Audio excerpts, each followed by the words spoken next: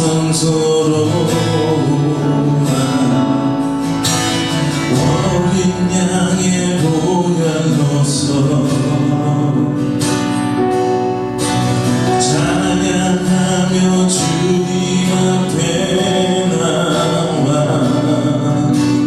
보좌 앞에 경배하세. 들어오라 기성소로나 어린 양의 보혈로서 찬양하며 주님 앞에 나와 보좌 앞에 경배하세. 왕의 왕 주께 왕의 왕 주께 거룩한 손 들고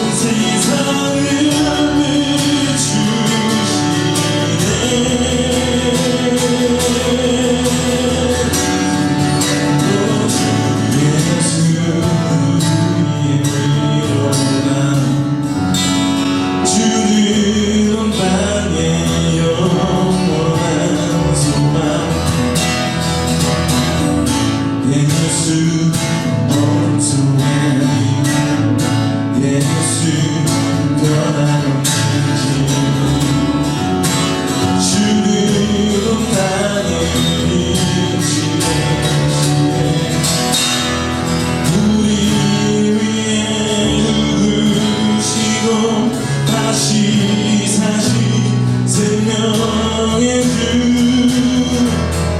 주님만이 소망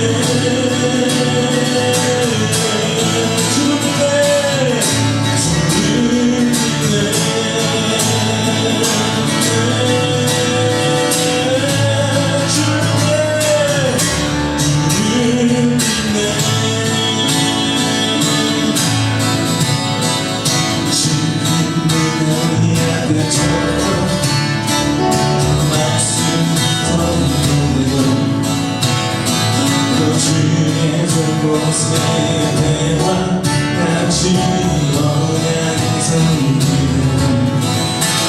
하늘이 구름 타시고 나팔 때에 다시 오시는 외치세 은혜의 지원에서 구원이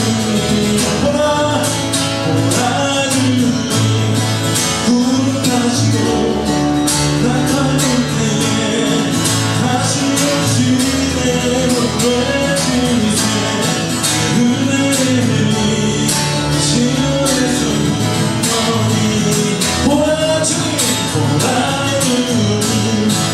구름하시고 나팔 때에 다시 오시네 외치세 은혜니 시온에서 구원이 시온에서 구원이 시온에서 구원이 나네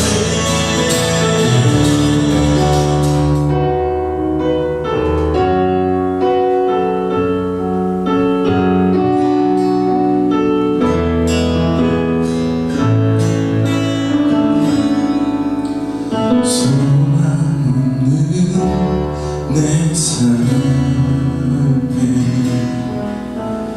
세상 돌아가지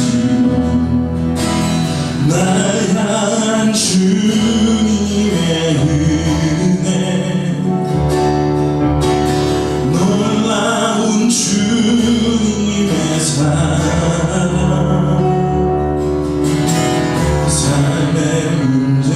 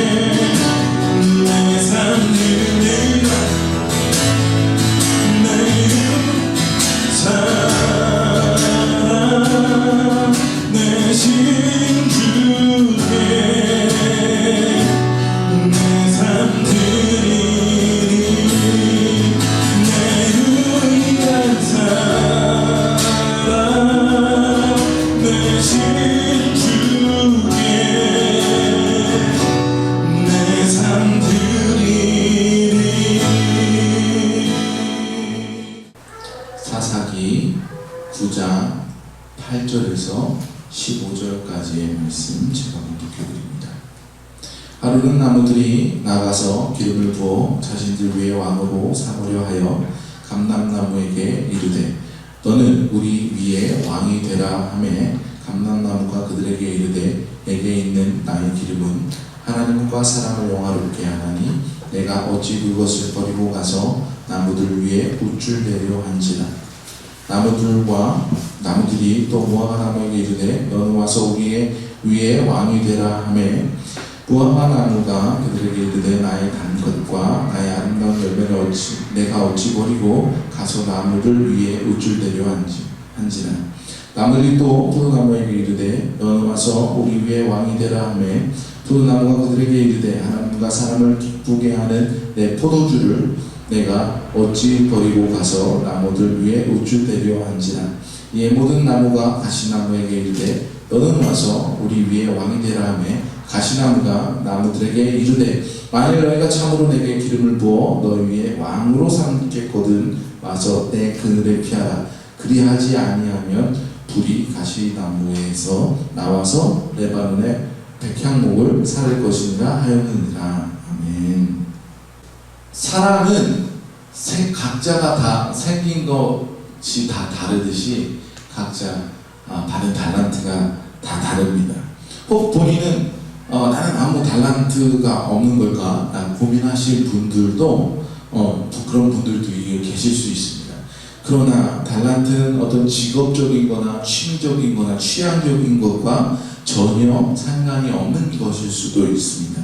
명확한 사실은 하나님께서 모든 성도들을, 모든 인류를 분명히 이 땅 가운데 목적하에 창조하시고 이 땅에 보내셨다라는 사실입니다. 에베소서 4장 7절 8절에 보면 우리 각 사람에게 그리스도의 선물의 분량대로 은혜를 주셨나니 그러므로 이르기를 그가 위로 올라가실 때 사로잡혔던 자들을 사로잡으시고 사람들에게 선물을 주셨다 하였도다. 이어서 4장 11절 12절을 보면 그가 어떤 사람은 사도로, 어떤 사람은 선지자로, 어떤 사람은 복음을 전하는 자로, 어떤 사람은 목사와 교사로 삼으셨으니 이는 성도를 온전하게 하여 봉사의 일을 하게 하며 그리스도의 몸을 세우려 하십니다. 이 말씀을 볼 때에 교회 안에서 직분자뿐만 아니라 모든 사람을 다양한 모습을 하나님께서 부르셨다라는 것입니다. 그러므로 나는 아직 뭐가 없는 것 같아 라고 불안한 마음이 있으시거든 그 마음을 떨쳐버리시고 하나님께서 주신 달란트를 간구하고 기도하는 마음으로 구하시면 반드시 발견하실 줄로 믿습니다. 예전에 사역하던 교회에 마트에서 캐셔로 계산원으로 일하시던 집사님이 계셨어요. 근데 이 집사님은 너무 겸손하다 못해 자꾸 자신의 부족함을 자꾸 얘기하는 모습을 보았습니다. 자꾸 아내로서도 부족한 것 같고 내조가 잘 안 된다. 또 아이들 엄마로서는 또 아이들에게 잘 못해주는 것 같다. 늘 자신이 부족하다 말씀하시는 분이 있었어요. 그런데 그분의 주변에서 이야기를 들어보면 그와 사뭇 다른 이야기를 듣게 되었습니다. 마트 캐주얼 동네 분들을 많이 마주치게 되잖아요. 그런데 그 동네 분들이 아주머니들은 보통 모르는 사람들에게 이렇게 말을 쉽게 걸지 않습니까? 만나는 분들이 힘들다, 남편이 어쨌다, 자녀가 어쨌다, 생활고가 어쨌다 이 이야기를 이 집사님께서 너무 잘 들어주시는 거예요. 또 마트에 오시는 손님들 이야기뿐만 아니라 동료 직원들, 아르바이트하는 청년들의 이야기까지 잘 들어주시고 도닥여준다. 교회에서 또한 마찬가지로 다른 교우들을 향하여서 제가 볼 때에는 어머니로서 또 남편의 아내로서도 정말로 잘 하고 계시는 모습을 볼 때 저분이 마트에서 캐셔의 일을 하고 계시지만 하나님의 위로자의 역할을 하고 있구나. 바로 이런 것이 달란트의 모습이 아닐까라는 생각을 하게 되었습니다. 하나님께서는 이와 같이 우리에게 이 땅에 살아갈 이유를 분명히 주셨어요. 물론 하나님께 영광을 돌리는 삶이 첫 번째이고 두 번째는 수평적으로는 우리 이웃에게 사랑을 베푸는 섬겨야 하는 그 목적이 분명히 우리에게 있는 줄로 믿습니다. 하나님께서 주신 달란트는 바로 나를 위한 것이 아니라 하나님과 바로 이웃을 위한 것임을 여러분 반드시 기억하시기 바랍니다.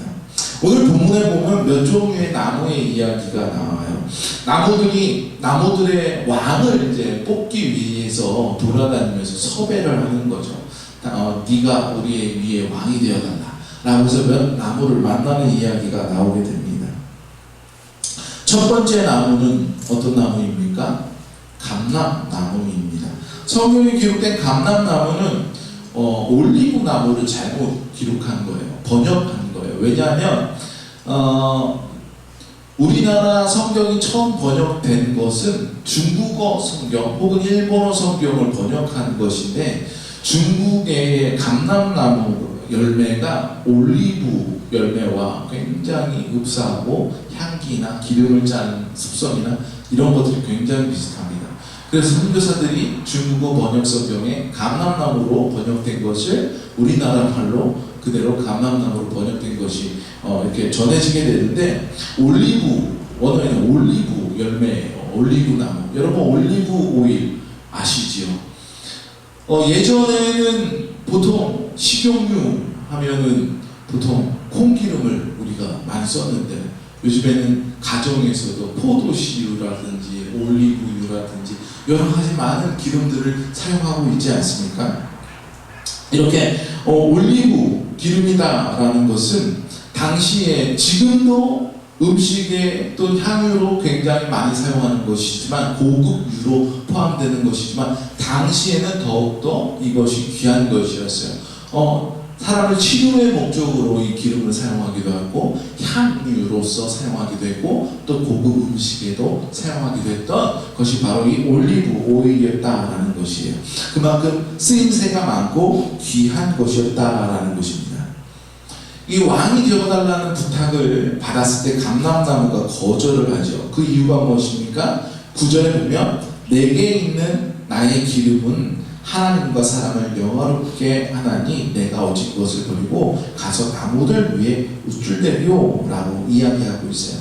하나님께서 감람나무에게 주신 것은 무엇입니까? 그것은 올리브의 기름이었어요. 그것은 다른 이들 앞에서 내가 우쭐대기 위해서 하나님께서 주신 것이 아니라 하나님께서는 하나님께 영광을 돌리고 사람들을 섬기기 위함이 있다라는 이유를 이야기하고 있는 것입니다.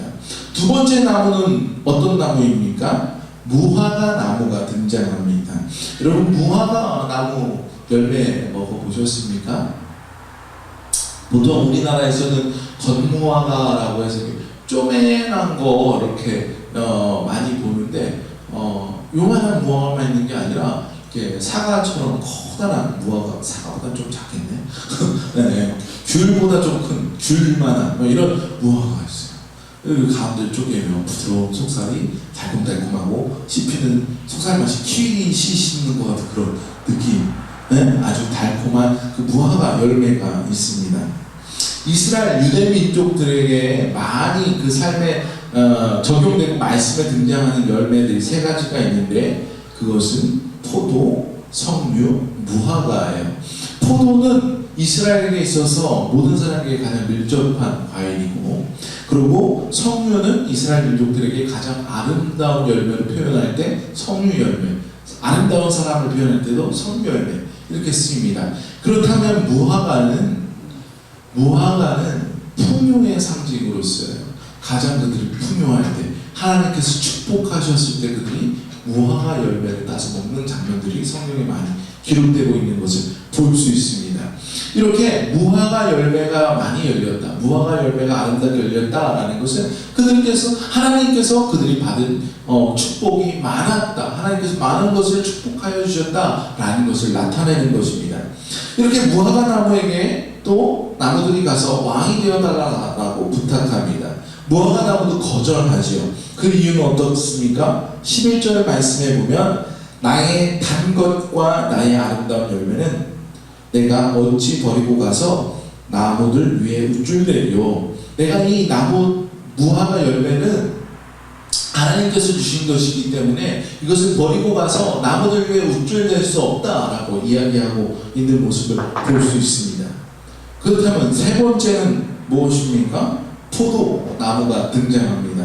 앞에서 언급했다시피 포도 열매는 이스라엘 민족들에게 가장 어쩌면 밀접한 모든 사람들에게 평범한 열매일 수 있습니다. 깨끗한 식수를 얻기가 어려운 그 팔레스타인 근동 지방에서는 이 포도주가 모든 식탁에 올라와 있습니다. 그래서 물 대신 마시기도 하는 것이죠.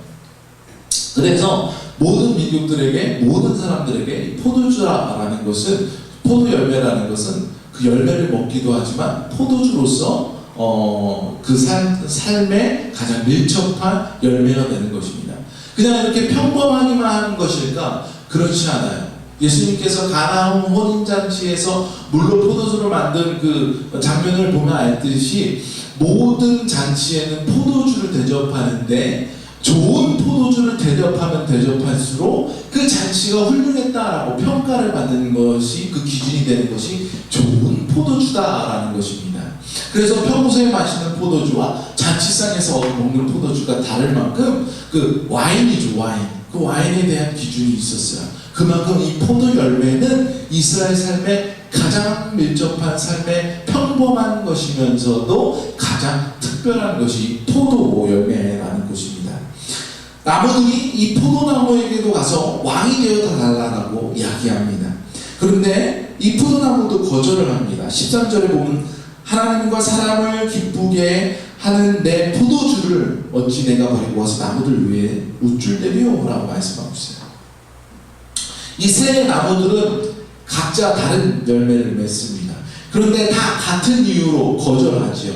그것이 무엇입니까? 하나님께 영광을 돌리고 사람을 섬기기 위해서 나는 나무들 위에 우쭐대는 것을 내려놓겠다라고 이야기하고 있는 것입니다.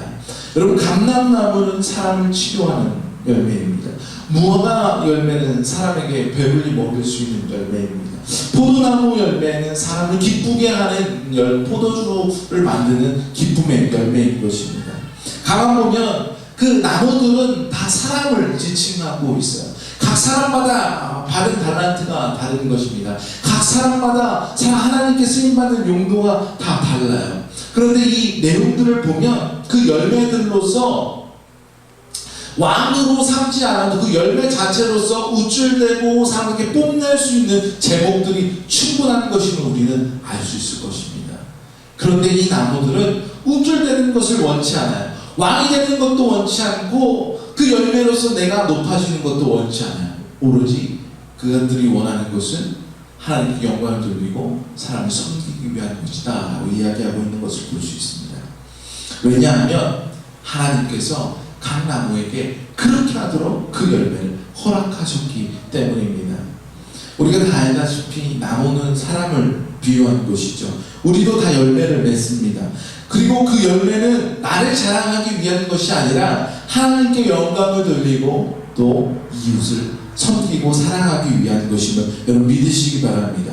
어떤 이들은 열매로서 그 열매 자체로서 자랑할 만한 것이 있을 수 있겠습니다. 그럼 어떤 열매는 이 열매 자체가 아니라 어떤 과정을 통해서 것을 또 하나님께 영광을 돌릴 수 있는 그 열매를 맺는 분들도 있을 수 있겠습니다. 또 열매 맺는 나무만 하나님께 영광을 돌릴 수 있겠습니까? 관상목과 같이 그 나무 자체로만, 열매 없이 그 나무 자체로만 목적이 되는 나무들도 있다시피 우리가 어떤 열매를 맺지 못하여도 하나님께서 우리 스스로를 우리 자신으로서 한 사람으로서만으로도 하나님께 영광을 돌릴 수 있는 사람이 분명 있다라는 것입니다. 이렇게 우리는 하나님께 영광을 돌리고 이웃을 섬길 수 있도록 이웃을 사랑하도록 지음을 받았다라는 것입니다. 오늘 말씀에 보면 다른 마지막 한 나무가 또 등장하게 되죠. 여기서 왕을 뽑기 위해서 나무를 찾는 나무들도 볼 필요가 있지만 감람나무, 포도나무, 그리고 또 어떤 나무죠? 무화과 나무는 왕이 되는 것을 관심이 없어요. 왕을 필요로 하지도 않습니다. 왜 그렇습니까? 이들에게 왕은 하나님 한 분밖에 없기 때문에. 그런데 다른 나무들은 어떻습니까? 다른 왕을 요구하고 있어요. 다른 왕을 요구한다는 것은 그만큼 내가 하나님을 의지하지 않고 있다라는 것입니다. 때로는 우리가 하나님으로 만족하지 못할 때 다른 것을 찾고 기대려는 마음이 우리 안에 생겨나게 돼요. 그렇게 되면 어떻게 됩니까? 이 거절을 당한 나무들이 누구를 찾아가게 되죠? 가시나무에게 가서 왕이 되어달라고 부탁합니다. 여러분, 가시나무는 어떤 나무예요? 아무런 열매를 맺지 못하고 잎사귀가 없는 나무입니다. 이 가시나무는 아무런 쓸모가 없죠. 다가서기만 해도 상처만 입는 그런 나무가 바로 가시나무예요. 성경에 보면 여러 번역들이 있지만 가시나무로 번역되는 것도 있고 가시 덤불로 번역되는 것이 있습니다. 또 어떤 성경에는, 우리나라 성경에는 가시나무로 되어 있지만 다른 성경에는 아카시아 나무라고 설명이 되어 있는 것도 있는데, 여러분, 우리나라에 있는 아카시아 나무도 뾰족뾰족한 가시가 있잖아요. 근데 근동 지방에 있는 아카시아 나무에는 줄기보다 가시가 더 클 만큼 그런 가시나무예요. 어쨌든 굉장히 뾰족뾰족한 가시를 가진, 그리고 아무짝에도 쓸모가 없는, 그리고 그 가시 끝에는 독이 있는 나무가 바로 가시덤불이고 가시나무다. 나무들이 가시나무에게 가서 우리의 왕이 되어달라고 했을 때 어떻게 얘기합니까? 15절에 가시나무가 이렇게 얘기했죠. 너희가 참으로 내게 기름을 부어 너희 위에 왕으로 삼겠거든 와서 내 그늘에 피하라. 내 그늘에 피하라. 여러분 생각해 보십시오. 가시나무에는 가시가 있고 나뭇잎이 없습니다. 그늘이 있겠습니까? 그늘이 없어요. 그러나 그들에게 그늘이 되어주게, 내가 너의 그늘이 되어줄게 라고 얘기했을 때 가만히 있어야죠. 혹 할 수 있는 말이에요. 그리고 또 뭐라고 얘기합니까? 그러지 아니하면 불이 가시나무에서 나와서 내 발에 백향목을 살 것이다. 너희가 만약에 나에게 와서 기대지 않으면 나는 너희들을 불살라 버릴 수밖에 없어 라고 얘기하는 거예요. 이거는 사탄 발림도 있고 재책도 있고 무서운 꼬임에 넘어갈 수 있는 것이죠. 가시나무가 왕이 되었을 때 나무들이 겪어야 할 고통을 생각해 보십시오. 그들은 가까이서 그들을 왕 가시나무를 섬길 때 찔리고 상처받을 거예요. 그렇다고 해서 멀리 가려고 하면 또 가시나무에서 불을 던져 백향목을 살라버린다라는 협박을 받고 있는 것을 볼 수 있습니다. 이 말씀은 사사 기드온이 죽은 후에 그의 자녀 중에 한 명이 아비멜렉이 그 형제 70명을 죽이고 가모니설로 세겜 지역의 왕이 되게 되려고 할 때에 그 70명 중에 살아남은 막내 요담이 경고하는 말씀입니다. 요담이 그들에게 경고하는 거예요. 세겜을 향하여서.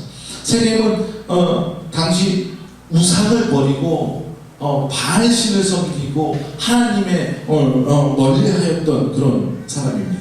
왕을 세울 때에도 하나님께도 묻지도 않고 그냥 아비멜렉이 가서 가모니설로 그들을 꼬실 때 그래 좋다 바알신 상에 있는 그런 돌까지 바치면서 왕이 되어달라라고 왕이 되기를 결정하였던 그런 민족이었어요.